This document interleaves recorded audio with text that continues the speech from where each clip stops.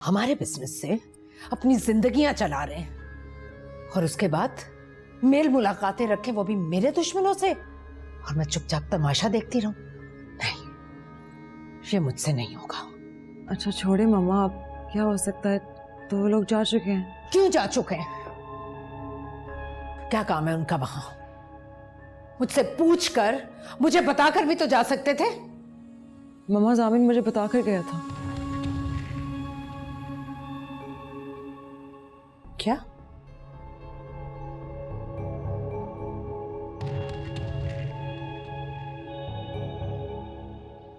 तुम्हें पता था?